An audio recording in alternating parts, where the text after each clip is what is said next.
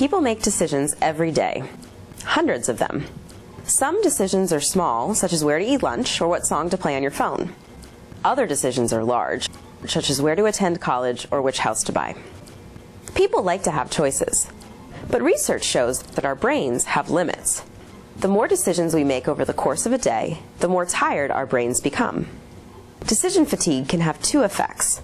First, people might behave more recklessly as their self-control wears down, or they might shut down mentally and do nothing.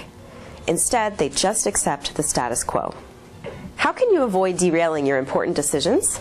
I've created a simple framework that can help you guard against decision fatigue. I call it VERY, for very important people like you. You must consider values, automation, rational decision-making, and intuition. Let's look at each component. Start with values, or what's important to you. Since different people have different values, the best decision might not be the same for everyone. Think about these values in two buckets. Terminal values reflect the end results we want to achieve, such as happiness in our families, financial security, or social justice. Instrumental values describe the methods we use to achieve our end results. Instrumental values describe how we want to conduct ourselves, such as with honesty, fairness, authenticity, or kindness. After you determine your core values, think about which decisions you can automate, or which aspects of your life you can make self-moving. Less important decisions can be delegated or outsourced, but even some of your most important decisions can be automated, especially decisions that are so important you can't afford not to make them. For example, you can automatically have 10% of your paycheck go to your retirement savings before you see it. You can set an alarm for when you need to leave work to have dinner with your family. You can develop diet and exercise habits. You don't have to make a decision every time to eat certain foods or go to the gym. This is a secret of successful people. They spend less time worrying about choices because they've developed habits.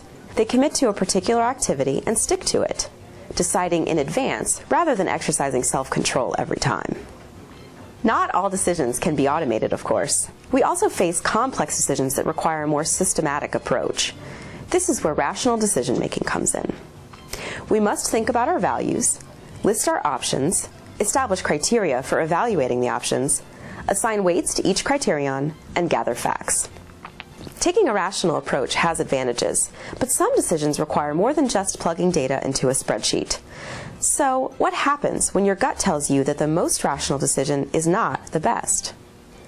This is where intuition comes into the framework. Don't throw out your rational conclusions, but broaden your thinking to consider holistic associations, patterns, emotions, and assumptions. In a complex world, feelings and facts belong in the mix.